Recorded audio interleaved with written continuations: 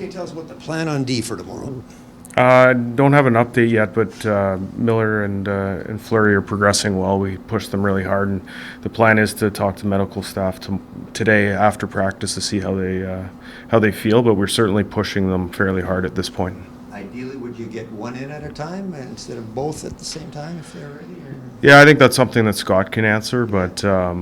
The good news is that we're getting healthy bodies back, and they're progressing really well. They're at the point now where we're pushing them really hard, so that's a good thing, and it's nice to see them back. Just revisiting Colin Miller's injury, what do you remember thinking and going through at the time, emotion-wise, and how worried you were? Yeah, it was a scary moment. We weren't sure really what happened, and I remember years and years ago there was Trent McCleary. I remember when he went down, and you hope that it's nothing like that, but there certainly was some worry on the bench, and the players were very concerned. But we're happy to see that he's recovered well, and he was even in good spirits that night, trying to somewhat calm the rest of the guys down. But you got to be careful with those types of injuries.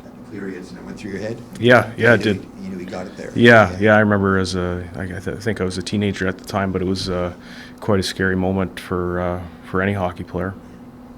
Seemed like he was in, pretty positive spirits, obviously talking to us weeks after the fact just now as well. But he said that for just maybe 10, 15 minutes he wasn't breathing the normal sort of way and all that sort of stuff. What does it say about him that he's calming other people down in the aftermath of that?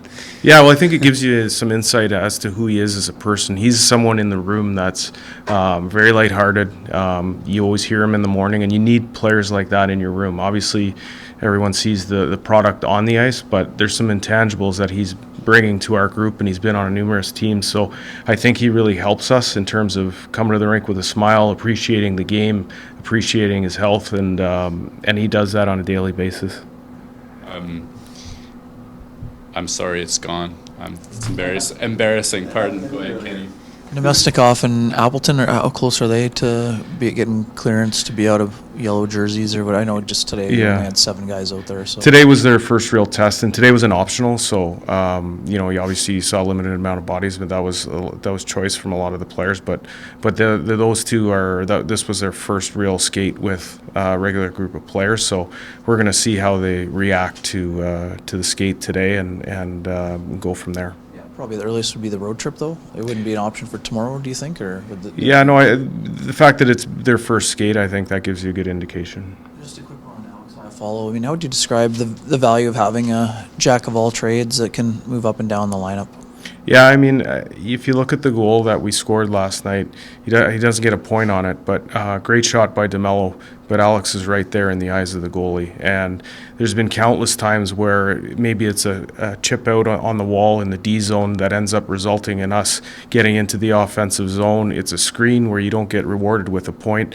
He does all those little things really well, and he's, again, a guy that when he blocks shots like he did last night, the reaction on the bench is incredible in terms of how they feel about him. They recognize those little things that he does, and he does it each and every day, and he doesn't look for any sort of glory in it. He just goes about his business. So he's a real glue player for us and really important. Yeah, and when you have a guy that everyone wants to play more, obviously, but just as comfortable in a fourth line role as in a first line role, what's the value in that as a coaching staff? It's a huge value. He plays power play, penalty kill. He moves up and down your lineup. He can play left wing, right wing. He's taken faceoffs at times. So, it's a credit to him and his professionalism. We certainly appreciate that. And as the season goes on here, we're playing every other night. There's going to be nights where you need different guys to step into different roles. And Alex has been someone throughout the season that's, accepted whatever role he's been given and done really well with it.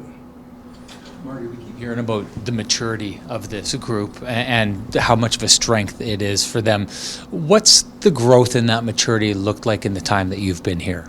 Well, I think it's even last night. We're in a 1-goal game. We're in a tie scenario. There was a sense of calm on the bench. There wasn't any panic. We were getting lots of shots. We were certainly, at times, we felt we were controlling the play, but there wasn't a sense of frustration. And I think that that's something that over time we've done a much better job at in my time here, is sticking with the plan and believing in each other. And it's the players on the bench reminding each other of the things that we need to do. It's not so much the coaches saying things on the bench. It's the players saying, stick with it, keep going, keep sticking to the details. And I think, it took us 59 minutes and 30 seconds last night to get the lead, but we did a great job of sticking with it and obviously coming up with the big goal on a big night for Dylan. As a coach, I wonder what that looks like in the execution of you doing your job. Like when guys are more mature, do they learn faster? Do they pick things up easier? What's it look like from a coach to coach a mature team versus a less mature team? I think it's accepting the details of the game and not being so much focused on the results or the stats. It's understanding that this is where we need to go, and we're going to continue to focus on that each and every day, and wanting to get better individually, but also as a group. And I think that from top to bottom, the guys have really bought into that. They understand that the small details, a lot of times end up making the difference in a game. And I think we saw that last night. The goal that we scored, yes, it was scored in the offensive zone, but you can bring that play back right into our zone and go from there. So it's been a maturity, and I think we're going to have to continue to do that. We got a long ways to go. We got a tough schedule ahead now that we're going every other night here for a while, and we're going to need that focus and that resiliency to have success.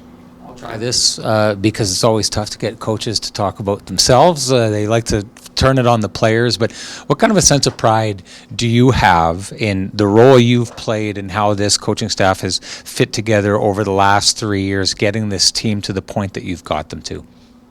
I think that's a tough question. I think I'm very proud to be associated with an organization like this. I've been here 8 years now. I understand what it means to work here, and the pride that the people behind the scenes take in it.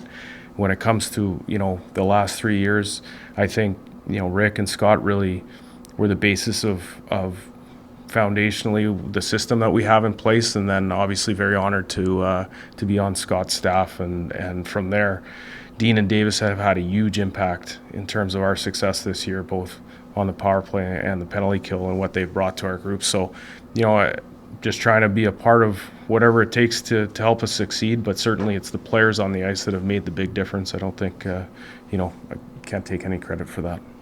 When Scott was hired, he said one of the things that he really wanted to take forward, also from Rick, was this idea of empowering all the assistants and associates, everybody around. He said many times that he wants to gather opinions from everybody on the staff about certain things. Even if you're not the power play guy, your thoughts are welcome on the power play. What does that look like in action? How have you felt that impact as a coach who's looking to contribute to this staff? Yeah, well, we all have our different areas that we essentially present on.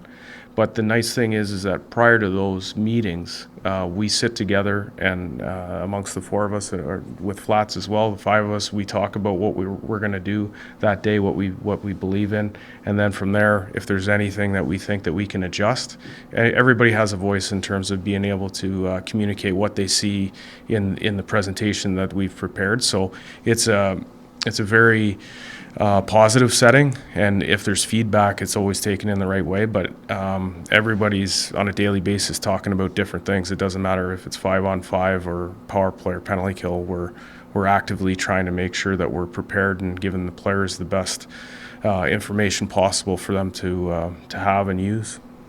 A question I forgot earlier was about Colin Miller in the aftermath of that. Did he have his voice when he was calming people down? Was it the same standard Colin Miller voice, or was it affected in that moment? Yeah, no, he sounded the same. So yeah, and he looked the same. So it was one of those things we were waiting on the medical staff to get back to us. But yeah, he essentially he looked the same. The next few days, he wasn't around as much. But I think he was the same guy. I'm sure the boys heard him.